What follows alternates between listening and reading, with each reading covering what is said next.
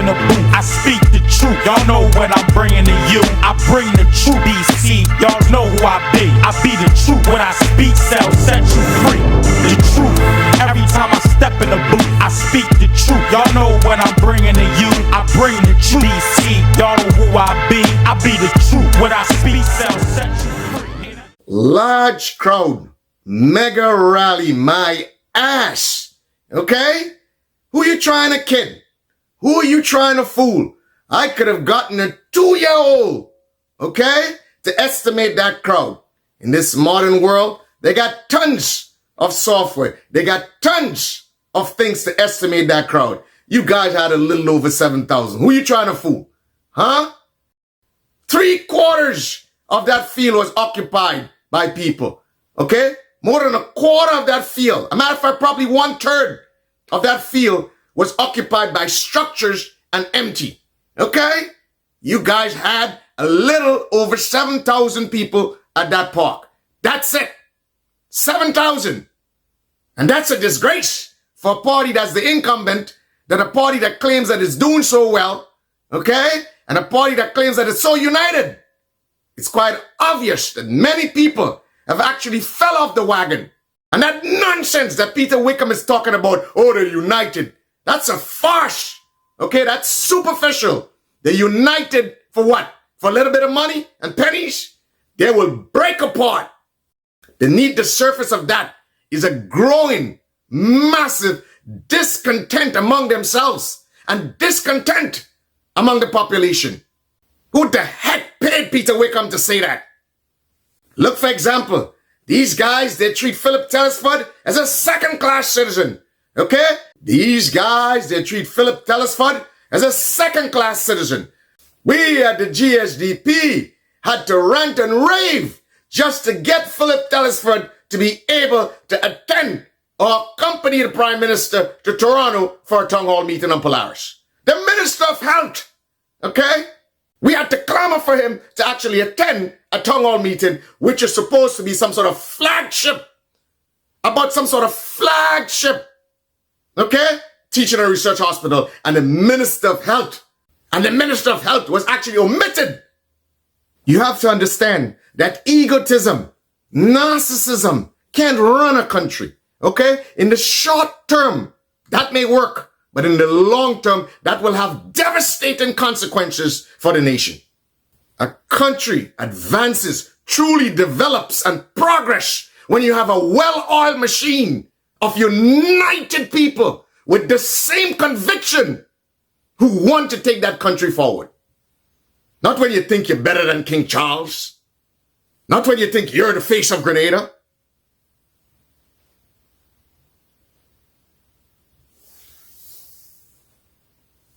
A country and a nation is sustained by vision, a vision of a group of people, okay?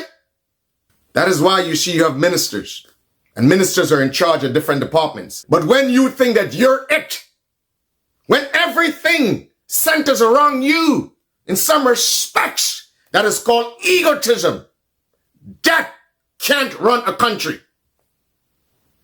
Eventually, that will burn out. That would not be able to sustain the machinations of a country or state. But it encourages and it helps with idol worship. In the short term, it helps, okay? It inflates egos. That's what it does. And in some respects, it encourages a lack of check and balances. Because when everything centers around that egotistical character, what happens is that egotistical character ends up having to confer benefits on everyone else. Okay? And if you don't agree, or if you don't please that egotistical character, then guess what? You're not fed. That's not how you run a country. And that is not how you ensure there's checks and balances.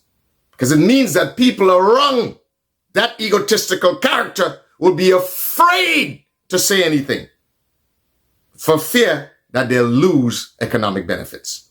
That is what is happening. So in some respects, you create some sort of cultic organization. That is why you see, and you see the sort of people that they actually promote and encourage. I see they had a gentleman on stage, one of the most despicable gentlemen in social media. They brought that man up on the stage and actually awarded him. So what they're doing and what they're saying, they're promoting and they're rewarding despicable behavior. Vile behavior is what they're promoting. This is what they're signaling to the youth of Grenada. Okay? This is how you should be. That is what they're signaling. And if you're vile and despicable in our name, guess what? We will reward you. This is the decadence that Grenada has descended into. That you reward vile and despicable behavior. I mean, I could understand, probably you like what the man is saying. It probably is in your favor. But to actually bring the gentleman in a public rally under your banner, do you understand the political implications of what you're doing? Is this deliberate? Is this what you want to achieve? Is this what you want to say to the Grenadian people? Be vile, be despicable, and guess what? We will reward you. And this is not the first time they've done that. But maybe that is what they want to signal. Maybe that is indeed the climate that they want Grenada to descend into. Or descend more into. You're rewarding that sort of behavior in public, under your banner. You think that's political tact or diplomacy or sense? In the short run, that may work. But in the long run, you think that's political sense? Boy. But you know, someone was candid with me. And they actually told me about what's happening in Grenada. Because they're on the ground. They see more things than I see. So they're saying that they're not surprised that this is a general climate that's taking place. And take a look at what they had to say, okay? Take a look at it.